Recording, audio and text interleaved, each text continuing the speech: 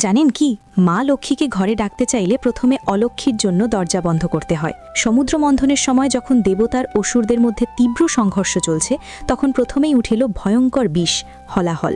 সেই বিষের ধোঁয়া আর অন্ধকার থেকেই জন্ম নিলেন এক রূঢ় অশুভ শক্তি, অলক্ষ্মী, যাকে অনেকে দরিদ্রা নামেও চেনে। কিছুক্ষণ পরেই সেই পাখি সমুদ্র থেকে আবির্ভূত হলেন সৌন্দর্য, শান্তি আর ঐশ্বর্যের প্রতীক দেবী লক্ষ্মী। বড় বোন হওয়ার কারণে অলক্ষ্মীর আরেক নাম হল জ্যেষ্ঠা। অলক্ষ্মীর স্বভাব ছিল অদ্ভুত।